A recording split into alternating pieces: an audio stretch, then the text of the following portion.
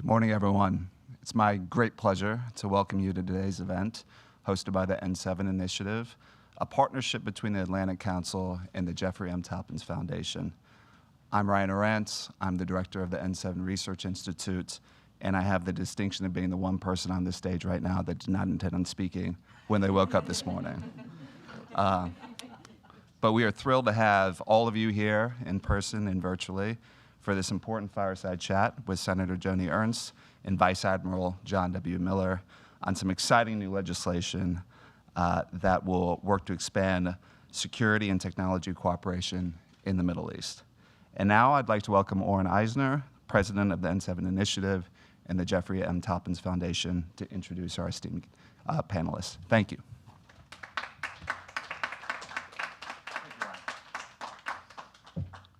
Thank you, Ryan. Good morning. Thanks for everyone who joined this morning in the rain. And to our friends tuning in, thank you for joining this morning. It is my pleasure to introduce my friend, Senator Joni Ernst. Senator Ernst is a founding co-chair of the Abraham Accords Caucus and has been a true champion of the Accords through the Defend and Maritime Acts and other legislation that she has authored and progressed. Her legislative leadership and continued engagement in the region has been a driver for progress on regional integration. It has been an honor to work alongside the Senator in her bipartisan efforts to advance the Abraham Accords and to support her introduction of two new and truly innovative and bipartisan pieces of legislation, the LINK Act and AI Accords Act. Both are crucial steps in enhancing Middle East regional security and military readiness. We applaud the Senator's continuing efforts to broaden and deepen a security framework among all the nations of the historic Abraham Accords Caucus. Thank you. And Senator? Yes, thank you. Thank you very much. Thanks, Oren. Yes, thank you very much, Oren, and thanks you for the Atlantic Council for hosting this morning as well. Admiral, it is really wonderful to be with you, and I look forward to our discussion. And just a little bit about the Middle East. Right now, we are truly pivoting to more of our strategic competitors. We look at our pacing threats around the globe, and you know the actors. It's Russia, it's China, Iran, North Korea. But we cannot forget that there are many proxies out there as well in the Middle East. Iran is funding many of these terrorist organizations, which continue to plague the United States and our friends and allies across the Middle East. And so I do continue to stay very focused on the Central Command region. And Admiral, I look forward to hearing some of your thoughts on that as well. But we need to focus and not lose sight. As we're focusing on those pacing threats, we must remember that that threat remains emanating out of the Middle East and backed by Iran. So with that, I just want to say thank you so much. We need to focus on American leadership. American leadership is the glue that will keep the Abraham Accords together and provide for additional stability in that region. So again, thank you for allowing me to be here today and discuss some of our thoughts with the Abraham Accords. Excellent. Senator, thank you for being here. Thanks also, of course, to the Atlantic Council and to the N7 Research Initiative for what they're doing. Thank you for the legislation that you've introduced, and we're looking forward to talking about that a little bit more today. I thought I would start, though, a little bit bigger and talk about the Abraham Accords for a moment. We're 4 years into it. Many wonderful things, an historic agreement by any stretch of the imagination. Many wonderful things have happened since the Abraham Accords were signed. But there's also been some real challenges, as you know, in the region, and particularly in the last year since October 7th. I'd like to ask in the beginning, what is your take on how we're doing with Abraham Accords, how you think we're achieving the possibilities that the Accords afford us, and then how your new legislation, in your view, is going to help strengthen and fill in some of the gaps that that the Accords naturally present to us as opportunities. Right. And thank you, Admiral. And I do think that the Accords, it was historic, the Abraham Accords and the partnerships that have come out of that, and leading the way for even more of our Arab partners in the Middle East wanting to join either the Abraham Accords or something very similar to the Abraham Accords. So I feel that we have moved along quite well. And even with those significant challenges in the Middle East, and of course, we'll probably have a discussion here about the October 7th attacks in Israel. Even through this really challenging time in Israel, what you have noticed is that not a single one of the Abraham Accords members have stated, we need to pull out. We shouldn't remain allied with Israel. So while there are challenges in the Middle East, the Abraham Accords is solid. The Abraham Accords has provided opportunity for so many of those nations to come together. And it's not just militarily, it's also economically. It is educational opportunities for those countries. And they recognize that through the Accords, they've been brought closer together, and it has created greater stability and prosperity for those nations. So they see the advantages of being in the Accords as their way forward to press back against the one overarching threat in that region, which is Iran. So while we will continue to experience challenges in the region, we know that the Accords have made that region better. So moving forward, what can we do? There are a number of things that we should be focusing on, and I continue to contribute with other members of the Abraham Accords caucus. We have legislation that we have presented, and I tend to lead on those initiatives because I do think the military-to-military cooperation is extremely important. My focus is very much defense-oriented. So two of the most recent products that I've pushed out, one is the LINK Act, which is very important, and I'll talk a little bit about that, and the AI Accord Act. And this is building upon other pieces of legislation that are now law based on the Abraham Accords and cooperation amongst all of the members. But the LINK Act is allowing greater collaboration when it comes to partnering human beings with one another, doing various exchanges between the countries. We do a lot of this already in our mill-to-mill relationships, but we're trying to base it on those Abraham Accords countries. Where there maybe haven't been exchanges before, we're encouraging that with the LINK Act. And I believe in these exchanges so wholeheartedly. And I'm just going to give you a quick example of that, Admiral. So years ago, when I was a young major serving in the Iowa Army National Guard, we became the state partnership program partner to Kosovo.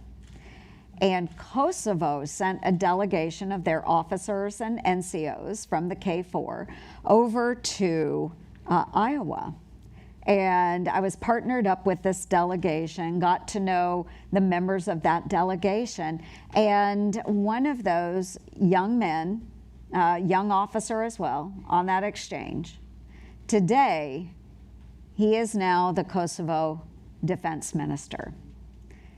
And I'm now serving in the United States Senate. And all those years ago, if you had told Ayoub and I that we would be serving in these high-level positions, we both would have laughed. But here I am, I'm a United States Senator. I'm able to work on issues with Albania and Kosovo, and he's now the defense minister, and we've stayed in touch all of those years because of that exchange program and that support program. That's what I want to see with the LINK Act, is providing greater partnerships. You get to know each other, and you grow, and you develop, and you work together as countries to find solutions. That's the Link Act. The AI Accord Act is building upon my Defend Act. It's building on the Maritime Act, the STARS Act. Now we have the AI Accord Act that Kirsten Gillibrand and I are introducing. And this is to allow integration, cooperation when it comes to networking, computer activities, artificial intelligence. Because as we saw with the Defend Act earlier this year in April, Iran and its proxies lobbed over 300 projectiles at Israel. And because of the Defend Act and integrated air and missile defense systems between all of those partners, all of those projectiles were brought down, at least maybe 99% of them were brought down in a cohesive effort because they were able to share information on their air defense systems. If we can do the same thing with artificial intelligence, with software systems, we will be even more ahead. Central Command right now uses the Maven system. They have been a leader in this, and it brings a lot of intelligence together on one platform. And we would love to see other combatant commanders use this. We would love to see other partners in the Accords have access to that information as well. Thank you. There's an old saying in the military, I think you're probably already familiar with it, but I'll share, which is, in a crisis, it's much better to be able to pick up the phone and call a friend than it is to have to pick up a phone and try and make a friend. So the Link Act in particular seems to be driven toward that. Based on the experience in Kosovo that you just described, how do you see this moving ahead in the future in terms of actual engagement? Because the act is quite comprehensive. It covers pay grades basically from our senior enlisted all the way up to our senior officers, and it's across the spectrum, everything from counterterrorism to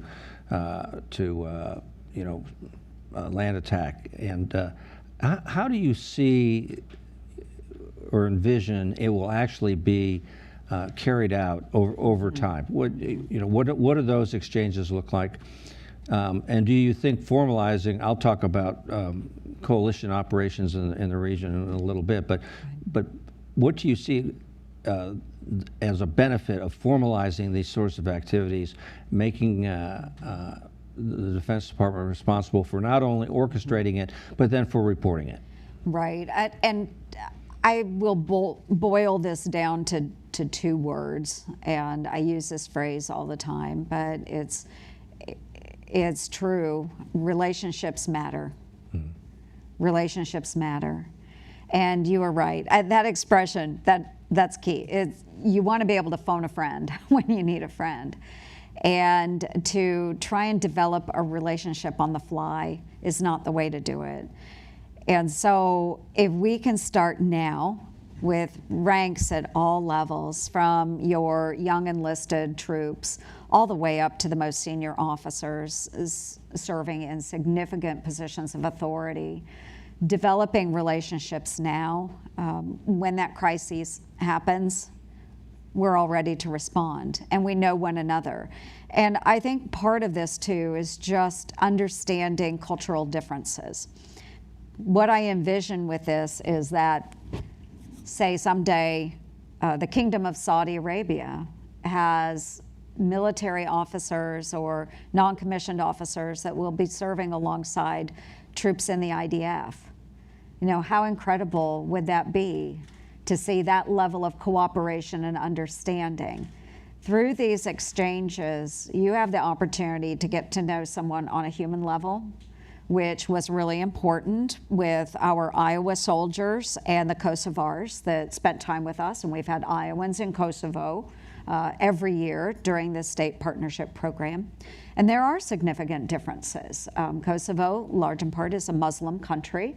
And Iowa, very white and Christian. But we get to understand those differences, and it's fascinating for us to get to know one another and understand what makes us different, but even better to understand what truly makes us work so well together.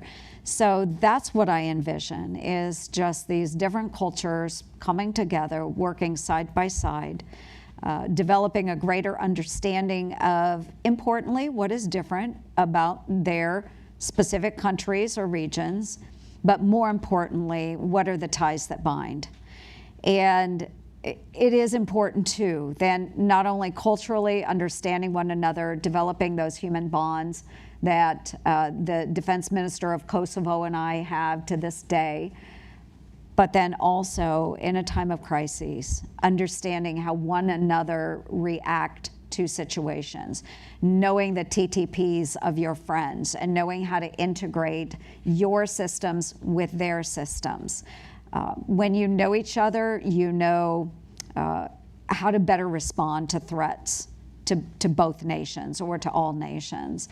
So I think it's an incredible act. I'm excited about the opportunity to get it done, hopefully with this year's NDAA, if we get it on the floor, if we get it voted on. It's very important. But then working with our DOD and State Department as well, and really tracking the results of this. And obviously we want to see it succeed, and I truly think it will. Early in your opening remarks, you talked about the importance of U.S. leadership in the region. That leadership and our presence in the region, of course, is continuously challenged by other countries, other regions, what's going on in the Western Pacific, the Taiwan issue, what's happening in the North Atlantic with the Russians, what's happening in the Mediterranean, the Ukraine-Russia war. All of those things vie for our attention and for our assets. So we find it difficult to be in all the places we want to be when we think we need to be there. If you look at just recently, we moved a carrier strike group out of the Western Pacific and into the region to respond to the increase in the threats in that region. I'd like to ask you how both of these acts, because they both play a role in this. The Link Act obviously allows us to provide leadership within the region. We have people from the region or with interest in the region, and that's everywhere from Asia to Europe and beyond, even in South America. How do those activities allow us to provide the leadership? Because we have quite a bit, as you know, of leadership, high-level staffs from NAVCENT, the Air Force, the Army, Special Operations Command, the Marines, we're all there with leadership. How does that, how do these acts help us use our leadership to make sure that we're integrated, make sure that there's interoperability, and then as a follow-on, we'll talk a little bit about the difficulty of getting things sold to the region so that they can provide the hardware and we can provide the leadership. So your thoughts on that, please. Yeah, absolutely, Admiral. And I think you said it all right there. When you talk about presence, one of my other favorite lines is presence is power. We must be present. And if we are not present, we need to have developed those relationships that we can leverage, using our friends and allies to cover down when we can't be present. So I do believe in projecting power forward where we can, but that doesn't necessarily mean just engaging in kinetic action or what have you. It is about leadership. It is about being a friend when a friend is needed in regions to provide stability. The wonderful thing about the United States is we're not a colonizing country. We're not an occupier. We go where we're wanted, when we're needed, and we provide stability. And everywhere I've gone, and especially I've noticed it especially in the last several years, I travel extensively and I hear foreign leaders, whether they're members of various parliamentary groups or actual leadership, presidents and prime ministers, they have always asked, where is American leadership? Where is American leadership? So the United States of America, we have the very unique role in the world where we can provide leadership. And too often, more than not, in the most recent years, we have abdicated our role in the world, which is to provide leadership. I don't think it's smart to withdraw from our responsibilities, whether we like it or not. We are the great convener. We can bring countries together and work on solutions. And too often I have seen leaders, supposed leaders, step away from that role and not inspire others to follow them. This is deeply concerning to me. The Polish ambassador, or our ambassador to Poland on a recent trip through that region, he said a phrase to me that has struck me, and I remind soldiers of this every opportunity I get. He said that the American soldier is a hero standing still. Now let that sink in. What does that mean? It means having an American soldier just standing in a formation with other militaries. That individual is a hero. They are regarded as a leader by those other troops in that formation. And I have witnessed this. I think probably many of you have witnessed this. But other countries look to the West for leadership. They look specifically to the United States of America for leadership, whether it is civilian, whether it is within that military formation. And I don't care if that young troop, you know, they could be a specialist, an E4, they could be a general officer.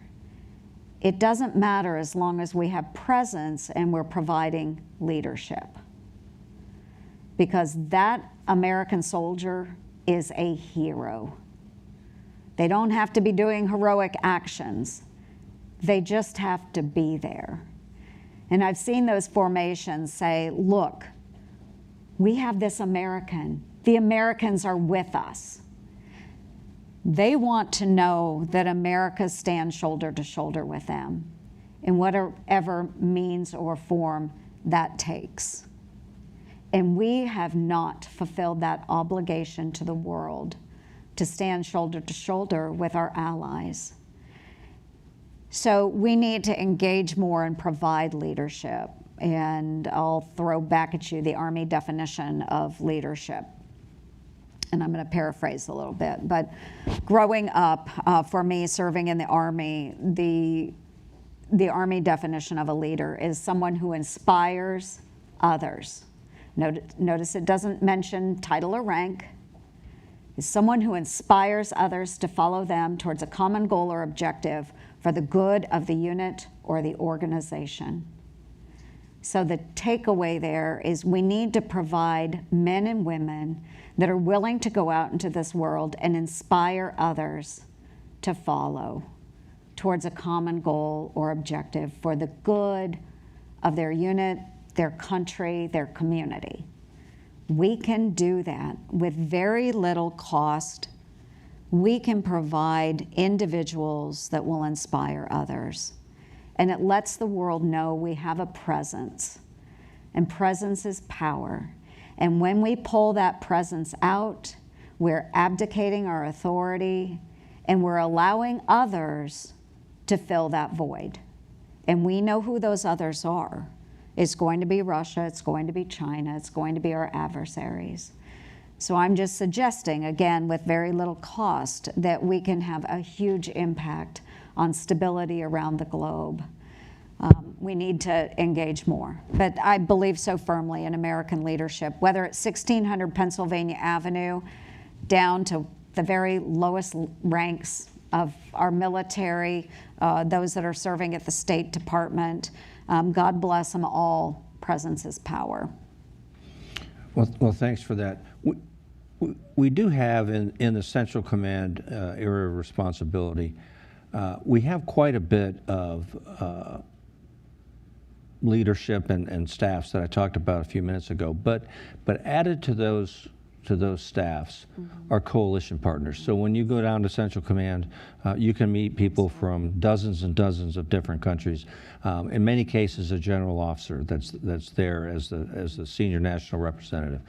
We do more than 60 exercises a year in the region with our various partners, and that's everybody from the folks that actually live in the region to people, and equipment from the UK, from France, from Singapore, from Japan, from South Korea, from all over the world, even Brazil.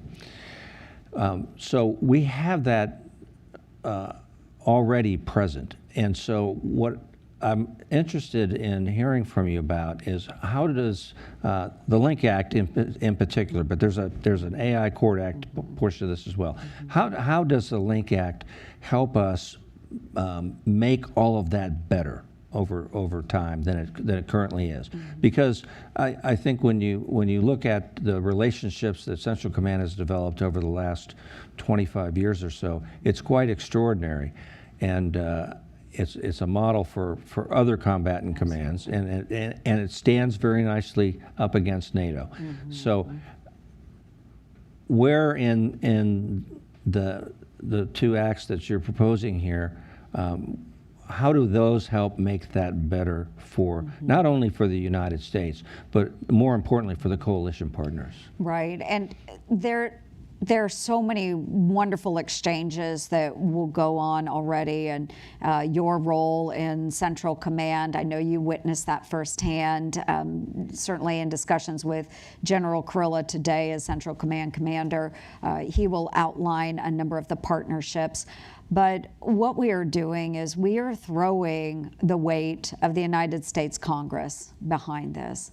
We are formalizing these agreements, and we are saying with the weight of the Congress and the State Department, we are going to invest in these strategic partnerships, collaborations, exchanges. And so it's not just maybe a one-off that's designed by a unit commander or even a combatant commander, but it is a formalized agreement that shows the rest of the world that the United States is committed to these countries. And we will continue to stand by them regardless of the swing of appropriations or continuing resolution or whatever it might happen to be. We are saying to the world that we are with you. If you are a member of this partnership, if you are part of a link exchange, you are with us, we are with you. Let the Russians see that, let the Chinese see that, and it does provide greater opportunity because it is such a formalized agreement by Congress to do more in-depth exchanges. A number of these acts allow us to exchange information, share intelligence, come together on various platforms that perhaps weren't allowed, maybe didn't have the authority to do just with the looser arrangements. So again, I think just the weight of Congress behind it, the ability to do a much more in-depth experience will be very beneficial to the United States and to our partners throughout the Middle East. It's a great segue to talk a little bit about the AI Accord Act and information sharing and the sharing of intelligence and the ability to do that. So there's two parts to this, as you well know. You spoke earlier about the events of April 13th when Iran attacked Israel, and there was a coalition effort to thwart that attack, a very successful coalition effort. As you know, integrated air and missile defense is among the most complex things that any military organization can try to do. And all of that seemed to work very, very well on April 13th and a little bit into the 14th. The exercises that are conducted, and many of them have not just a military aspect to it, but there's a diplomatic effort that's oftentimes associated. There's some sort of developmental aid that comes along with it. It can be a hospital ship or just a small organization of doctors that come to a particular place. But we're challenged in two realms with information sharing. One is, how much are we willing to share, and with whom? And then, even once we've decided how much we're willing to share and with whom we're willing to share it with, how do we do that? What systems do we use to do that? It seems to me the AI Accords actually gives us a venue, a vector, if you will, to be able to do that. And absolutely. Yes, and we are learning to share and come together through so many of these other efforts, whether it was the Defend Act, which was the Integrated Air and Missile Defense. The STARS Act is one of the more recent introductions that I've done, where we are looking at satellites and satellite technology, how we can safeguard that with our partners in space. And the Maritime Act, as we see the threat from Houthis and the others in the Red Sea, at sea. That's incredibly important. But this is another way that we can work together and collaborate, provide for information sharing. It does provide the authorities and that avenue for friends and partners to engage. Just a more formalized agreement, but looking in the world of cyber and AI, our various software platforms. I referenced Maven earlier, which is used by Central Command. It is being adopted by several other combatant commanders now. I would love to see it used by all of our combatant commanders. It is an incredible gathering of information that can be located in one place, real time, to watch what is coming in as far as, say, in the case of April 13th, the projectiles that were coming in, where they're coming in from, who is going to intercept, because think about all the different nations, and you don't need 4 different nations targeting one projectile. You need to know who is defending what area, all of that rolled up onto one screen. And to watch those operators in that space communicating in live time, you may have someone from one country here, another country here, and actively coordinating and watching what's on that screen and who's going to intercept. It's just a real wonderful advancement, and we want to bring other partners into that space. And as we watched and evaluated what happened in April, it's very, very clear that we've got a lot of partners that we can bring into the AI Accord. We really need them. We want them.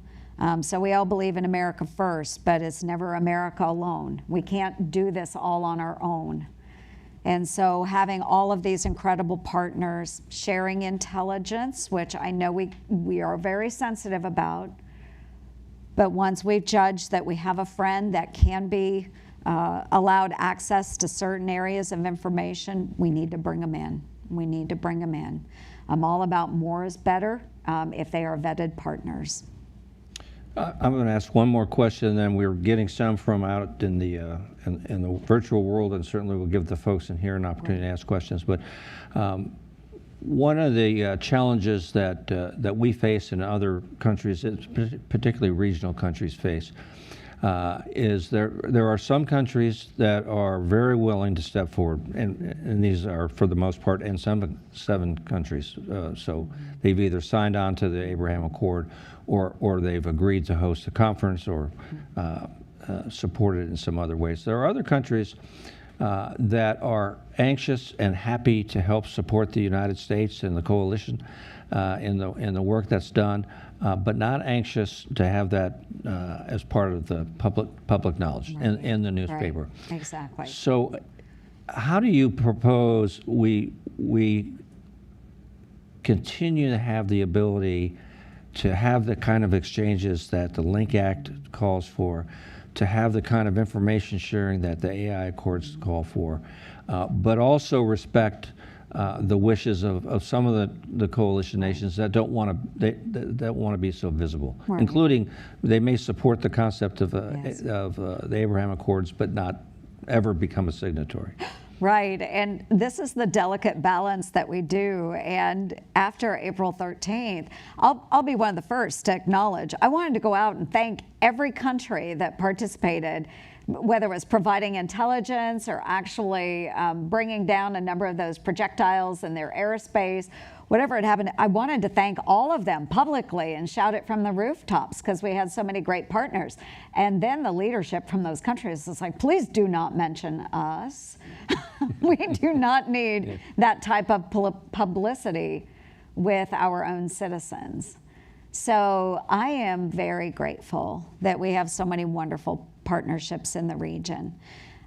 Some of them are still not partners in the Abraham Accords, and I will say that there are many that will not ever be part of the Abraham Accords, but they will at some point have their own bilateral agreements.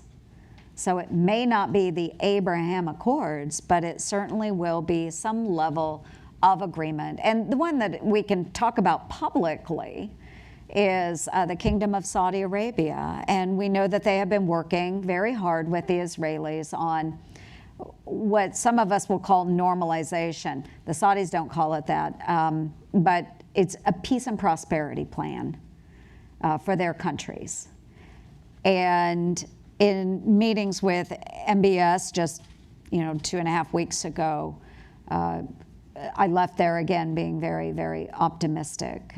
When I was there on October 6th and left the meeting, I was very, very optimistic. But in spite of what happened on the 7th, the Saudis, at least MBS, and a number of those in leadership at the kingdom are very intent on continuing forward. There has to be resolution in Israel, but they are still intent on moving forward with normalization. Well, that's good to know.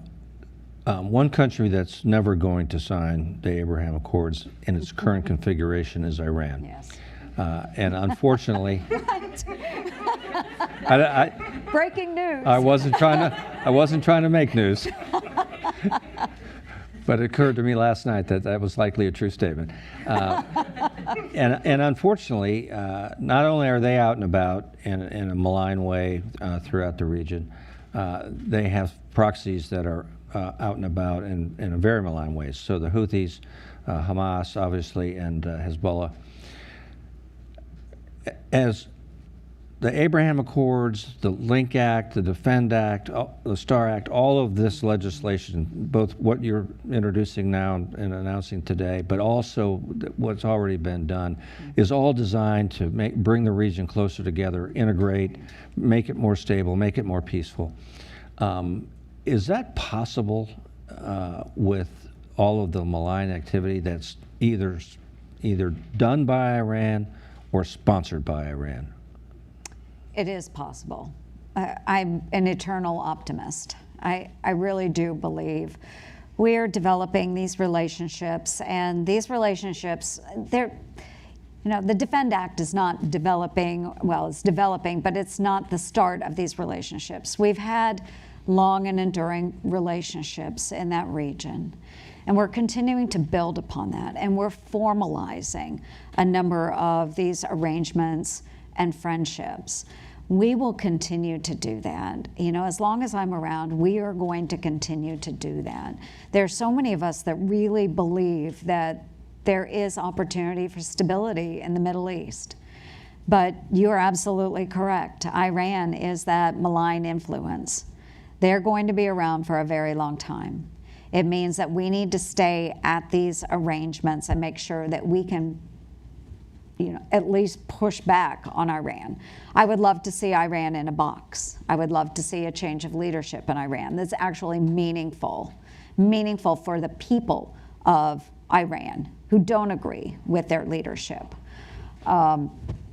Maybe that doesn't happen in my lifetime. I don't know. But what I can do is make sure that through my efforts and the efforts of my colleagues, we provide a fighting chance for those that do believe in stability and prosperity in the Middle East. And we're finding so many partners that would rather turn our direction than bow to the demands and the bizarre ideologies of those in control in Iran. So let's give them a fighting chance, and let's continue on this path, and maybe someday we have that breakthrough moment. But we can't do it alone.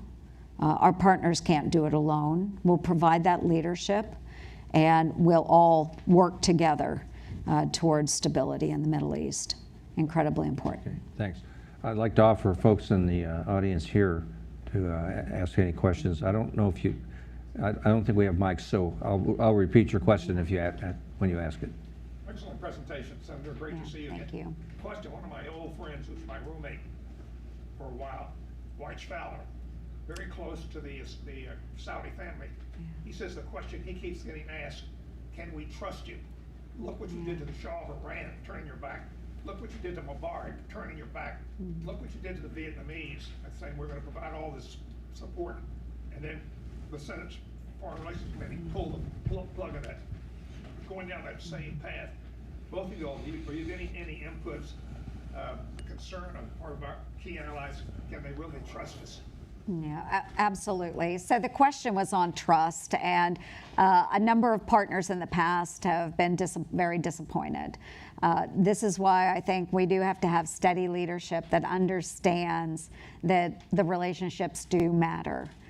We are not going to agree, and I'll use the Kingdom of Saudi Arabia as an example. We're not going to agree with everything that happens in the kingdom. There are human rights abuses that need to be addressed, and large in part they have been addressed. We're not going to agree on everything, period.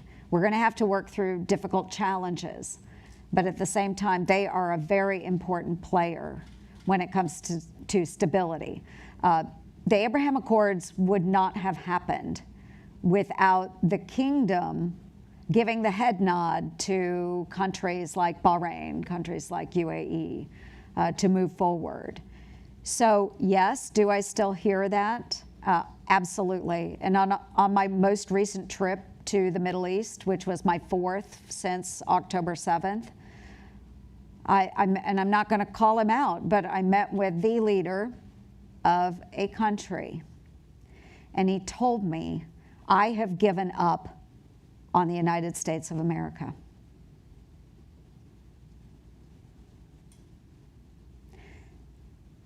That, to me, as someone who has served in that region, in uniform, that's a killer. That's a killer. That he feels he can no longer rely on the United States to provide leadership. That's why I'm heck bent on making sure that we maintain these relationships, whether the White House wants to or not. There are those of us in Congress that truly believe we can make a difference if we continue to engage and keep those relationships strong. So we have a lot of area to make up, folks. Again, we cannot abdicate our authority in the region. We've got to step forward. We've got to be better friends and allies to those that think we have turned our back on them. If I can just follow up on that. And we've heard this from countries in the region before, over the last several years, that they in fact think that the United States has really given up on the region, and we're interested in other things, in particular the China-Taiwan threat, right. And then what the Russians are doing in both the North Atlantic, the Mediterranean, and on the continent itself. I'm of the mind that smaller countries like to align with larger countries because it's in their interest to do so, and that's true economically, it's true diplomatically, it's true from a military standpoint. What is the cost of not doing some of the things that you've already proposed and are currently proposing And who then steps in to fill the void that the lack of U.S. leadership that you just talked to? Who steps in to fill that void? Well, I think we all recognize who steps in, Admiral. I'll use UAE maybe as an example. They are an incredible partner, and MBZ will often he will often remind us in our meetings that he's always been there for us. The soldiers from UAE have served alongside American soldiers in every conflict in modern history.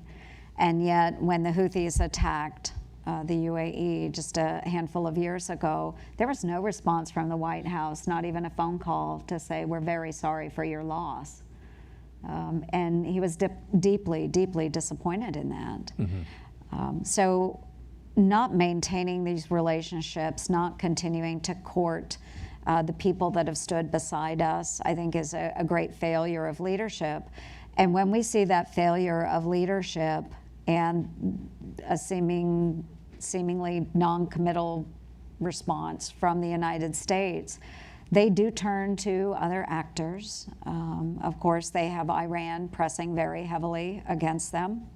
They have the Chinese that are courting them economically and with various weapons platforms. We've seen it with Huawei even. So the UAE, they will say, well, Huawei looks good. They're coming in, they're making all these deals. Why should we not have them? The Americans aren't supporting us. So we see China coming in. They will fill the void. Russia will come in, fill the void. Iran is going to continue pressing all of these smaller countries. The threat is real. You know, we're blessed to be here in the United States, so far away. We feel relative safety here, but those countries don't. You know, they're a stone's throw from some of the biggest malign actors in the world. So, of course, they are going to try and make peace where they can and greater stability where they can if we are not there to enable their safety and security. And again, I'm not saying the United States has to do it all, but simply by being present and offering solutions is helpful to those countries. I'd rather be a good partner and have phone a friend available when needed. But if we're not there, China will be that phone a friend for them. Russia will be that phone a friend for them. Okay. Other questions from the audience? Yes, sir. Thank you so much, Senator. Thank you so much. My name is Benjamin Rogers. Senator, at the core of your bills is a mechanism to create this multilateral engagement. But for those of us who have tried to engage the U.S. government, particularly outside DOD, multilateral is not something that's really understood. Bilateral, very much, but working together in a larger front is much more difficult. Can you comment on that, and can you talk about how Congress may be able to address that issue? Yeah, and Benjamin, you are spot on. You know, bilateral agreements are much easier when you've only got two chiefs, you know, that are out there saying this is what needs to be done, this is what needs to be done. The multinational groups, it is much more difficult because now you are engaging 3, 4, 5 different leaders where there is a level of potential mistrust, distrust between even just a couple of those nations. And that's where we have to sort through all of that. It is very difficult. And believe me, the State Department, they've got their hands full in negotiating some of these agreements with many, many nations. It is much harder when you're outside of DOD. Mill to mill can be pretty easy when you're just talking about platforms. It starts to get a little more complicated when we talk about actual intelligence sharing and so forth. When we go beyond that, it is a struggle, but it has to be done. And if we can bring these partners together, even in some of the small ways at first, they start to build that level of trust. Once they've worked together, they understand, okay, we can count on this partner or that partner. Yes, we've had a misunderstanding in the past, but we've worked beyond that. Then we can start to bring in a few more elements. It's a challenge. But again, the way I describe the United States, we are the great convener. We've got to start somewhere. We are the single country that can bring all of these different thought leaders together and move forward. We've got to start somewhere. This is where we start. So yes, it's going to be very complicated, very, very complicated, but we can do this. I just traveled recently to Cambridge in the UK and England, and believe me, one of the topics was AUKUS. Okay. And so we were talking, and it's the Australians, the Brits, and the Americans, right? We're all cousins. We all speak the same language. And yet that has been difficult, okay? It is much more difficult in the Middle East when you are bringing together people that speak different languages, people that obviously are Muslim, Christian, Jewish, have different ways of worship, different ideas, different cultures. This is going to be a challenge, but it's one that I relish because I think it's so meaningful. And if it's worthy of doing, it should be the United States leading it. Senator, we're almost out of time here, but I know you mentioned you just traveled to the region. You went to Egypt, you went to Israel, yes. You went to Jordan, down into the Gulf to meet with the Saudis and with the Qataris. Mm-hmm.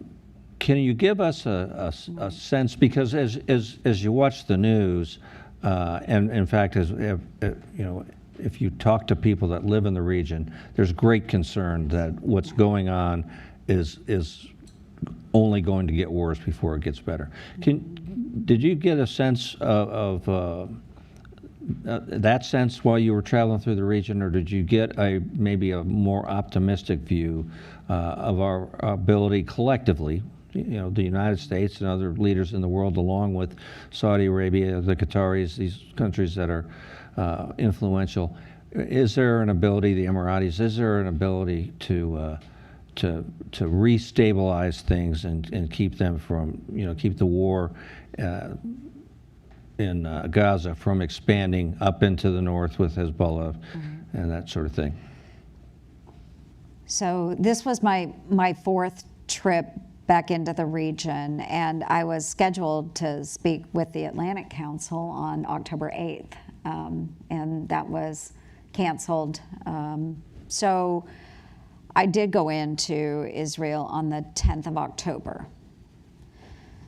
So having been there at that particular point in time, everyone was shell-shocked. Emotions obviously were running very, very high. And I met with Americans who didn't know where their loved ones were, or had loved ones that had been killed on October 7th. So it was very difficult. We didn't know what the future was at that point, and it was very difficult. So fast forward ahead now, we're not quite a year, almost a year later. So the Prime Minister, Netanyahu, was very much more so optimistic because they were controlling the Philadelphia corridor. They felt they were strangling out the resupply going to Hamas, the weapons and munitions. And so he was much more optimistic that the end potentially was in sight. Once Hamas was squeezed out, then they could move forward, ceasefire, hostages home, you know, very optimistic. And then give us a couple of days, we saw the murder of 6 of the hostages, including one American, Hirschgoldberg, Poland. Man, talk about tanking. So it's a struggle right now, and we were in the region still when Hirsch was killed. I had had dinner with his parents just a couple nights before in Israel. And the mood then became much more concerned, more somber. We started to recognize that any agreement that was drawn up might not benefit our hostage families. And I worry about that more so today than I did just 2-3 weeks ago. So I am very concerned. Sinwar is becoming, and this I've talked to Jake Sullivan. We just had a conversation with him a couple days ago, and just getting feedback from all these different sources. And Sinwar is just much more fatalistic, I guess is the way that Jake put it. And he knows that the surrender of any hostages will likely be the end of him. So he'll keep those hostages around as long as he can. So we've got to figure this out. I have traveled so many times to the region because we do need to bring this war to an end, but for the advantage of Israel. Okay, there needs to be peace and stability. It needs to benefit Israel. We need to find a path forward in that region. I don't see it coming quickly. This is my worry. But what I can say is, again, since October 7th, even though there's a huge Palestinian influence and Arab influence and many of these other partner nations, none of the Abraham Accords countries have pulled out of the Accords. They will still say they believe in their relationship with Israel. That is incredibly important. So again, challenges are behind us and ahead of us. But having these partnerships in existence, these agreements that have been signed already, provides a stronger path forward. And it means they will all work together, whether it is today, whether it's the day after. I think we continue to build upon these alliances, even in dark days like this. So I believe we will see an end to this war. I don't know that it's going to be tomorrow. I don't know that it's going to be in a week. We need our American hostages home. We need to see Israel forever in existence. We will find a way to do that, but it's on all of us to provide that leadership in the Middle East. Senator, thank you so much for your time here today. Thank you for all that you're doing in the region to try to make the region a more stable and secure place for people to live. Thank you for your military service. Yeah, thank you. And we appreciate your candor. Thanks very much. Thanks, Atlantic Council. Thank you, everyone.